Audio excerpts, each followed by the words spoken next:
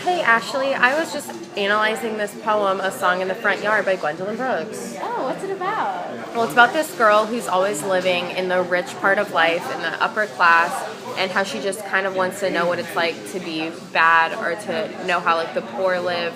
And her mom is really against like the lower class and everything that has to do with, poverty and imperfection and things that are like rough and untended, like the backyard. I think that that's close and that's possible, but I actually beg to differ. I think that it's about a girl who grew up in poverty, and her mom is attempting to allow her to only grow up in that and realize that she doesn't need the material needs if she has the love in her heart. Yes, but I mean, there's some diction here, like right here, a girl gets sick of a rose. So, I mean, with the sick and the sweetness of a rose, the contrast, I think it shows like the bad and the good. Plus, a girl gets sick of a rose, so she's sick of like the perfect lifestyle that she has and always having to be in the eye of society. And then also, I've stayed in the front yard all my life. I think that that's kind of like an indication that she's always been in the upper class, that she's always had to deal with, being on display for society. And the peak at the back is just that she wants to not be as watched, and she just kind of wants to know what life is like not being rich and wealthy, I guess. Yes, but if you look at the line to where the charity children play, it's almost like condescending, like kind of snobbish, as in, oh, you're charity children, let's push you aside. But I also want to be one of you because you're the children who have all the money, you're the children who have everything just given to them, and I have nothing because of my family's pride. True. Because I didn't know if charity children was like children who like receive a lot of money or children who have to receive a lot of money to get by. Yeah, that's what I thought. I think it could go either way, and I think that's actually the point of the poem, that you're never truly, you have to actually work really hard at being truly rich, because you can either have the money or you can have love and compassion. And I think the author is trying to find a balance between that. I mean, I can see that. Plus, I can see that, like, she really does want... I mean, I just feel like she really wants to not be a part of, like, the rich lifestyle, because it's like, I want a good time today, so it's kind of like she doesn't have a good time as being a part of the upper class, and that they do some wonderful things and they have some wonderful fun.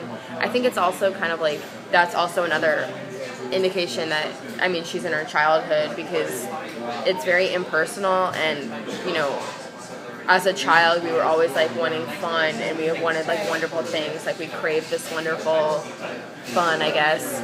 And as a child, you always envy what other people don't have. So I think that that's also important in the poem, because it's showing, I don't have this, I want it. Mm-hmm. I just think that it was like, especially in this stanza, I think that her mother is condescending and kind of like restricts her, because that she wants her to be more restrained from that lifestyle. Like, for example, in the line, how they don't have to go in at 8:45, I think it's just kind of like how, like, the curfew sets in, like, creates the boundary, and that the girl, like, the author doesn't think that boundaries are okay, like the boundary of the front yard. Right.